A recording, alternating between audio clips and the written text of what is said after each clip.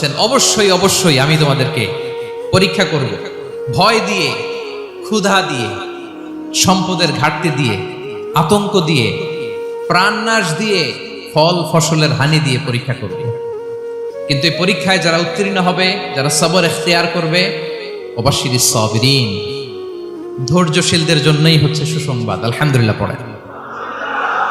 তাহলে সম্মানিত সুধী, আমরা বুঝতে পারলাম এই পৃথিবীর ফিচার হচ্ছে এখানে বিপদ থাকবে, বিপদ ছাড়া কেউ থাকবে না। স্ট্রাগল থাকবে, কষ্ট থাকবে, ঝুঁকি থাকবে, রিস্ক থাকবে, এবং নানা ধরনের বিপদ আপদ দিয়ে আল্লাহ তাআলা আমাদেরকে পরীক্ষা করবেন। এটা মাস্ট, এটা আমাদের মাইন্ডসেটে নিয়ে নিতে হবে। মাইন্ডসেটে এটা ক্লিয়ার থাকতে হবে। চিরসুখ চিরশান্তি এই দুনিয়াতে মিলবে, কোথায় মিলবে তাহলে? এটা তাহলে বিপদ আসবেই, আপদ আসবেই, পরীক্ষা থাকবেই আমাদের জীবনে। তবে ইন্টারেস্টিংলি মজার বিষয় হচ্ছে পরীক্ষাটা এক একজনের এক এক রকম। পুরো পৃথিবীটা একটা পরীক্ষা ক্ষেত্র, কিন্তু কারো প্রশ্নপত্রের সাথে কারো প্রশ্নপত্রের কোনো মিল নাই। সুবহানাল্লাহ।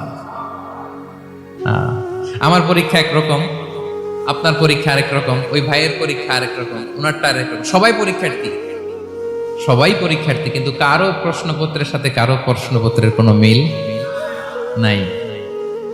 কারোর জন্য পরীক্ষা হচ্ছে সে খুব অসুস্থ, প্রচন্ড অসুস্থতা, তার জন্য পরীক্ষা।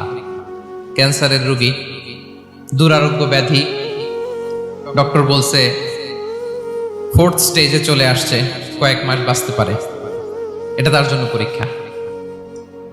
আবার কারো দেখবেন যে খুব একটা অসুস্থতা নাই, অসুস্থতার ঝামেলা নাই, কিন্তু তার দারিদ্রতা আছে, তার আর্থিক অনটন।